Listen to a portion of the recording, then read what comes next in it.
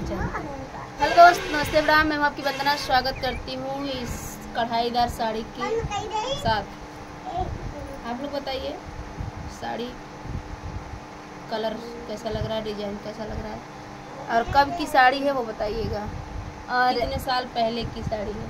और एक बहुत ही प्यारा लाचारी गीत लेके आए हैं, कैसे लगेगा कमेंट बॉक्स में बताइएगा और अपना ढेर सारा प्यारा आशीर्वाद दीजिए। ढेर सारा प्यारा आशीर्वाद दीजिएगा।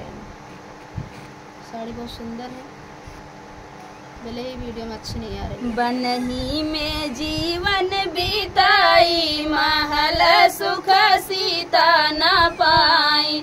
बनही में जीवन बीताई, महल सुख सीता न पाई। सीता न पाई हो, सीता न पाई, सीता न पाई हो, सीता न पाई।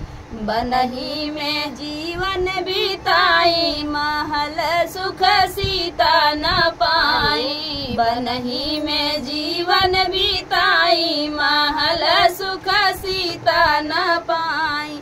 जब सीता ब्याही अवध में आई, जब सीता ब्याही अवध में आई।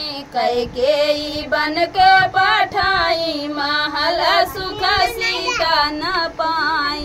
कैकेयी बन के पठाई अवध, महल सुख सीता न पाई। बनही में जीवन बीताई, महल सुख सीता न पाई। 14 बरिस सीता वन में बीताई, 14 बरिस सीता वन में बीताई। हरि के रावण लई जाई, महल सुख सीता न पाई। हरि के रावण लई जाई, महल सुख सीता न पाई। बनही में जीवन बीताई, महल सुख सीता न पाई। बनही में जीवन बीताई, महल सुख सीता न पाई।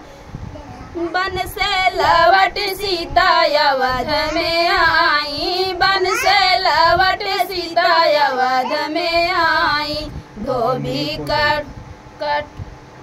धोबी कड़ुई बचन सुनाई, महल सुख सीता न पाई। कड़वी बचन धोबी सुनाई, महल सुख सीता न पाई। फाटी गई धरती समाई, महल सुख सीता न पाई।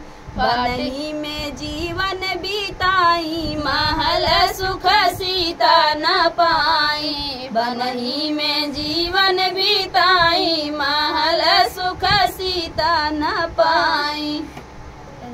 नाटक का गीत।